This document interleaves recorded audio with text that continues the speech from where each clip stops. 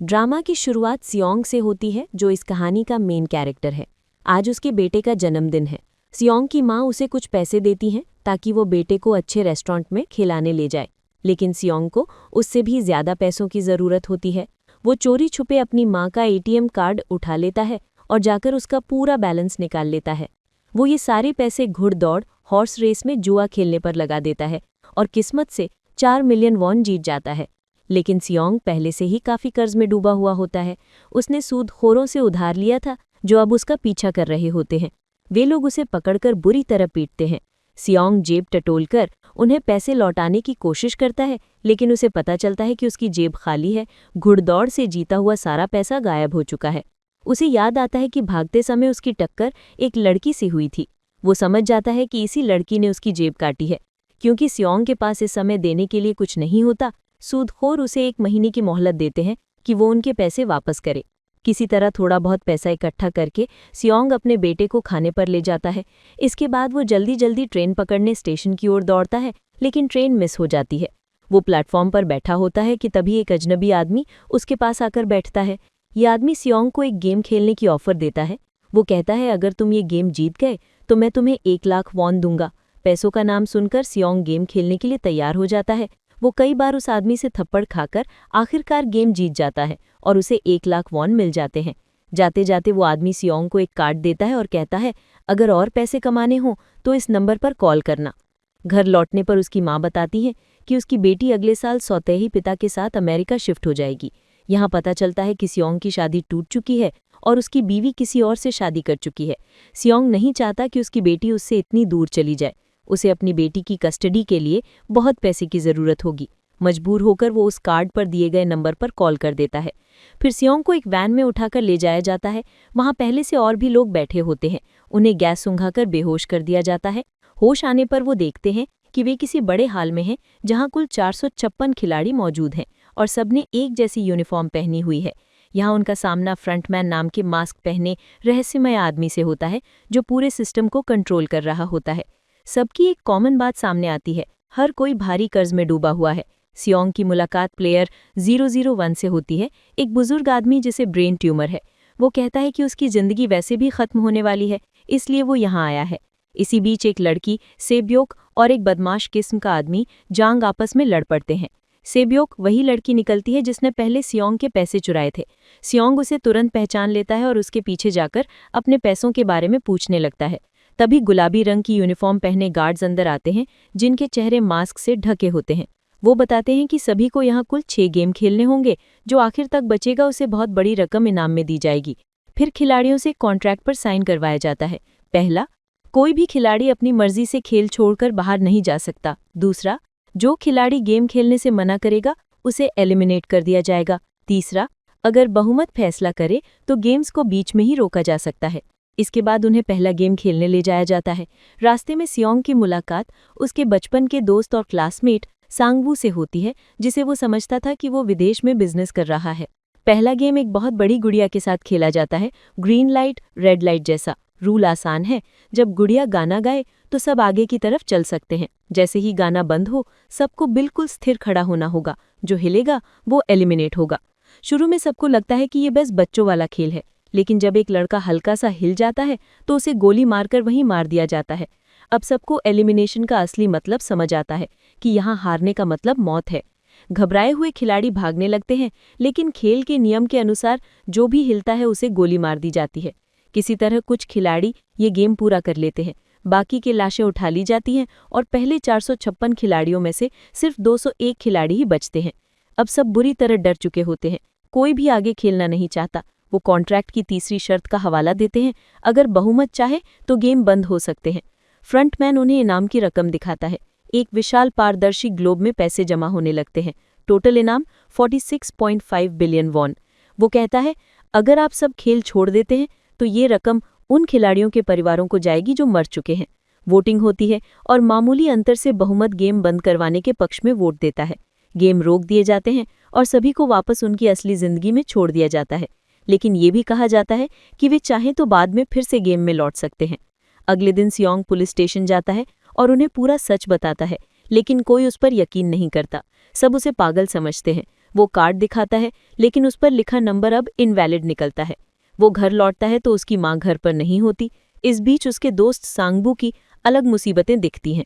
वो भी छुपकर अपनी माँ पर नजर रख रहा होता है और खुद भारी कर्ज में डूबा हुआ है।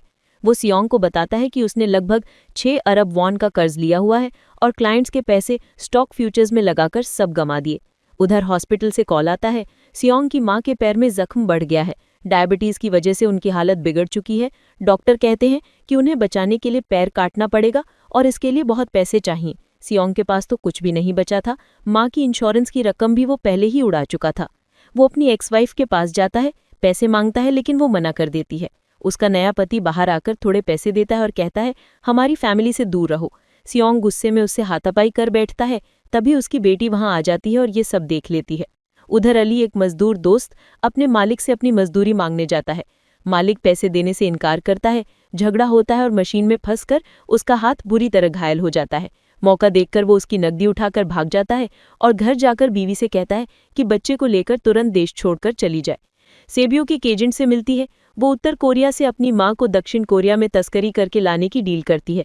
उसके छोटे भाई को उसने अनाथालय में रखा है और उसे वादा किया है कि वो माँ को वापस लाकर उन्हें मिलाएगी। इसी बीच एक पुलिस अफसर दिखाया जाता है जिसका भाई कुछ दिनों से गायब है। वो उसके कमरे में तलाश करता है तो उसे वही कार्ड मिलता है जो उसने पुलिस स्टेशन में सियोंग के पास की देखा था। वो सियोंग से इस कार्ड के बारे में पूछता है, लेकिन सियोंग कुछ नहीं बताता। कुछ समय बाद सियोंग को फिर से वही कार्ड मिलता है। वो फैसला करता है कि वो एक बार फिर से गेम में जाएगा। बाकी बहुत से खिलाड़ी भी अपनी बदहाल जिंदगी से तंग आकर वापस गेम में लौटने का फैसला करते हैं। सबको फिर से वैन में बिठाकर एक नाव के पास लाया जाता है और बेहोश करके एक बार फिर से उसी आइलैंड वाले फैसिलिटी में पहुंचा दिया जाता है। इस बार एक फर्क होता है, उसी वैन के पीछे पीछे वो पुलिस अफसर भी अपनी कार में चुपके चुपके उनका पीछा कर रहा होता है। वो एक गार्ड को बेहोश करके उसकी यूनिफॉर्म पहन लेता है और अंदर घुस जाता है। फैसिलिटी में खिलाड़ी टीम बनाना शुरू करते हैं। रात में सेब्योक और एक दूसरी लड़की वॉशरूम जाने के बहाने गार्ड से बचकर छुपती हैं। सेब्योक वेंटिलेशन से झांककर देखती है कि गार्ड्स बहुत बड़े बड़े बर्तनों में कुछ पका रहे हैं। गार्ड्स शक में वॉशरूम चेक करने आते हैं, लेकिन तब तक सेब्योक वापस लौट चुकी होती है। अगले दिन उन्हें दूसरी गेम के लिए ले जाया जाता है। आगे 4 शेप बने होते हैं, सर्कल, त्रिकोण, स्टार, छतरी इत्यादि। हर खिलाड़ी को इनमें से एक शेप चुनना होता है। सांगवू अंदाज़ा लगा लेता है कि गेम क्या होगा, लेकिन वो अपने साथियों को ये बात साफ साफ नहीं बताता, बस कहता है कि सब अलग अलग शेप चुने। उन्हें डालगोना यानी हनीकॉम कैंडी के टिन दिए जाते हैं, जिन पर अंदर चुना हुआ शेप दबा हुआ होता है। गेम का रूल है कि उन्हें उस शेप को कैंडी से बिना तोड़े फोड़े निकालना होगा। अगर शेप टूट गया तो वो एलिमिनेट हो जाएंगे यानी मारे जाएंगे। किसी तरह सब अपने अपने शेप निकालने की कोशिश करते हैं। कई लोग असफल हो जाते हैं और गोली से मार दिए जाते हैं। सियोंग बड़ी मुश्किल से पसीना चाटकर और चतुराई से अपना शेप निकालकर गेम जीत लेता है। डॉम में वापस आने पर पता चलता है कि अब सिर्फ 107 खिलाड़ी बचे हैं। खाना मिलता है लेकिन मात्रा बहुत कम होती है। इसी बात पर जांग एक आदमी से झगड़ पड़ता है और उसे वहीं पीट पीट कर मार डालता है। यहाँ हम देखते हैं कि एक डॉक्टर भी खिलाड़ियों में शामिल है जो गार्ड्स के साथ मिलकर मृत खिलाड़ियों के अंग निकालकर ब्लैक मार्केट में बेच रहा था। इस काम में कुछ गार्ड्स भी शामिल हैं और वे कंट्रोल रूम में बैठे अपने साथी के जरिए सीसीटीवी फुटेज मिटवा देते हैं। बदले में वे डॉक्टर को अगला गेम पहले ही बता देते हैं ताकि वो हर बार बचता रहे। क्योंकि खिलाड़ियों को कम खाना दिया गया था, गार्ड्स में पहले से प्लान कर लिया था कि रात को सब आपस में लड़ेंगे और कमजोर खिलाड़ी मर जाएंगे। जैसे ही लाइट बंद होती है, जांग और उसकी गैंग सभी पर हमला कर देती है। कई लोग मारे जाते हैं। जांग से ब्योकपा भी हमला करता है, लेकिन सियोंग बीच में आकर उसे बचा लेता है। गार्ड्स आकर हालात कंट्रोल करते हैं। अब सिर्फ 80 खिलाड़ी बचे हैं। तीसरे गेम के लिए सभी से कहा जाता है कि वो 10-10 लोगों की टीम बनाए।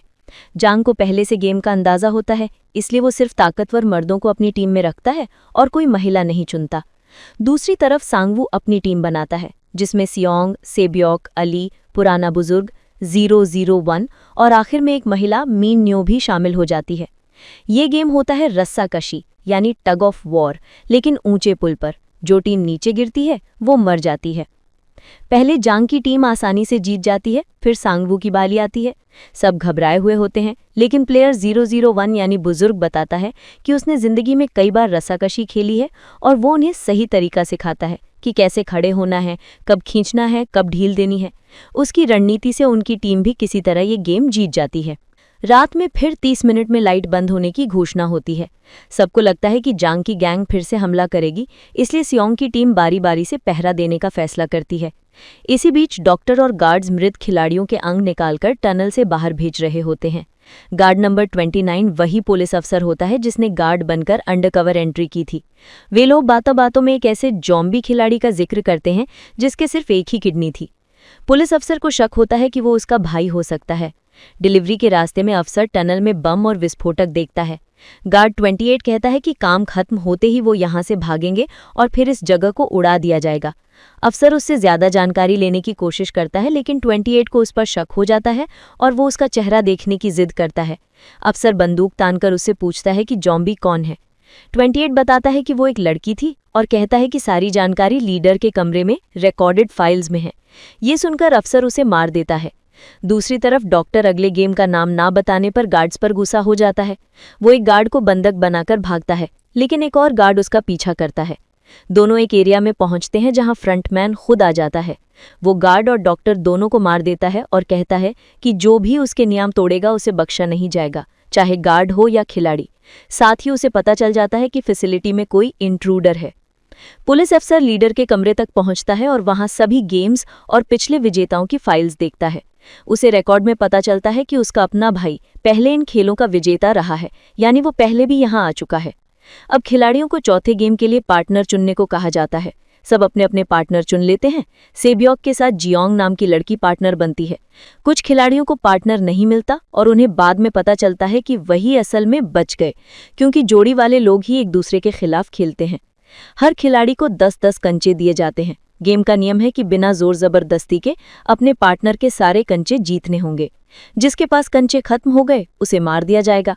सांगवू और अली ऑड्स एंड इवन्स वाले कंचों का गेम खेलते हैं। अली सांगवू के लगभग सारे कंचे जीत जाता है और अब सांगवू के पास सिर्फ एक कंचा बचता है। वो समझ जाता है कि अब उसका बचना मुश्किल है। सांगवू चालाकी से अली को बहला फुसलाकर कहता है कि वो एक प्लान बनाएंगे, मिलके टीम बना के दोनों बच जाएंगे। वो अली को एक थैली देता है जिसमें वो कहता है कि उसके सारे कंचे सुरक्षित हैं, लेकिन असल में वो थैली पत्थरों से भरी होती है। अपने असली कंचे वो खुद गार्ड को दे देता है और गेम जीतने वाला घोषित हो जाता है। बाद में जब अली थैली खोलकर देखता है तो उसमें सिर्फ पत्थर होते हैं और उसे गोली मार दी जाती है। दूसरी तरफ बुजुर्ग प्लेयर 001 की हालत और बिगड़ जाती है। वो गली में भटकता रहता है। सियोंग उसे संभालकर खेल शुरू कराता है। वे भी कंचों वाला मेंबर वाला गेम खेलते हैं। पुराने आदमी की किस्मत अच्छी होती है और वो सियोंग के सारे कंचे जीत जाता है।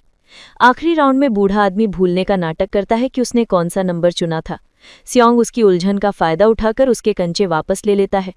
बाद में बूढ़ा आदमी कहता है, मुझे पता है तुमने धोखा दिया है, मैं पागल बनने का नाटक कर रहा था, असल में सब देख रहा था।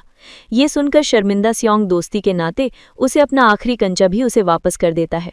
अंत में बूढ़ा आदमी पीछे रह जाता है और गोली की आवाज़ सुनाई देती है। सेबियोक और जियोंग भी अपना गेम खेलती हैं। दीवार के पास कंचा फेंककर जो सबसे पास गिराए वो जीतेगा। सेबियोक अपना कंचा ठीक ठाक फेंकती है, लेकिन जियोंग जानबूझकर मौका गंवा देती है। वो सेबियोक से कहती है कि मेरे पास लौटने को कोई नहीं है, तुम्हारे पास तुम्हारा छोटा भाई है जो तुम्हारा इंतजार कर रहा है, तुम्हें ही आगे बढ़ना चाहिए। और फिर जियोंग को गोली मार दी जाती है। डॉम में वापस आने पर जांग देखता है कि मिन्यो अभी भी जिंदा है। उसे समझ आता है कि उसे किसी ने पार्टनर ही नहीं चुना, इसलिए वो ऑटोमेटिकली गेम से बच गई। दोनों के बीच पुराने रिश्ते और धोखा सामने आता है और मिन्यो उसे धमकाती है कि वो उसका हिसाब बाद में चुकाएगी। फ्रंटमैन को रास्ते में पुलिस अफसर का आईडी कार्ड एक शव के पास से मिलता है। उसे वीआईपी मेहमानों के आने की खबर मिलती है। ये वीआईपी लोग अलग अलग देशों के अमीर लोग हैं जो इन गेम्स को लाइव शो की तरह देखना पसंद करते हैं। अगले दिन 5वें गेम के लिए खिलाड़ियों को बुलाया जाता है। अब सिर्फ 16 लोग बचे हुए थे। उन्हें 1 से 16 तक नंबर वाली जैकेट चुननी थी। ये नंबर उनके गेम में उतरने की पोजीशन तय करेगा। शुरू में सियोंग कंफ्यूज रहता है कि उसे पहला नंबर लेना चाहिए या आखिरी, क्योंकि पहला होगा तो उसे गेम का अंदाजा नहीं होगा, आखिरी होगा तो हो सकता है टाइम ही खत्म हो जाए और उसका नंबर ही ना आए। तभी एक आदमी आकर कहता है कि मुझे पहला नंबर लेने दो, क्योंकि जिंदगी में कभी पहला नहीं हुआ। गेम रूम में पहुंचने पर पता चलता है कि उन्हें शीशे के पुल पर चलकर दूसरी तरफ पहुंचना है। सामने 2-2 पैरेलल शीशे लगे होते हैं, एक सामान्य कांच जो पैर रखते ही टूट जाएगा और दूसरा टेम्पर्ड ग्लास जो भार सहन कर सकता है। गलती का मतलब है नीचे गिरकर मौत। गेम शुरू होता है तो खिलाड़ी आगे बढ़ते बढ़ते एक एक करके मरते जाते हैं। जांग आगे जाने से डरने लगता है, पीछे की लाइन रुकी रहती है। मिन्यो आगे बढ़कर उसे याद दिलाती है कि मैंने कहा था कि जब तूने मुझे धोखा दिया था मैं तुझे खुद मारूंगी। वो जांग को पकड़कर साथ में कूद जाती है और दोनों की मौत हो जाती है। एक खिलाड़ी जो ग्लास फैक्ट्री में काम कर चुका होता है, शीशे की आवाज़ और चमक से पहचानने लगता है कि कौन सा टेम्पर्ड ग्लास है। फ्रंटमैन ये बात भांप जाता है और तुरंत लाइट बंद करवा देता है ताकि वो ज़्यादा समय ना जी पाए। आखिरी छलांग पर सांगवू समय कम होने की वजह से उस आदमी को पीछे से धक्का दे देता है और वो नीचे गिरकर मर जाता है। आखिर में सियोंग, सांगवू और सेब्योक किसी तरह पुल पार करके बच जाते हैं, लेकिन अंत में कांच के विस्फोट से तीनों घायल हो जाते हैं और सेब्योक के पेट में गंभीर चोट लगती है।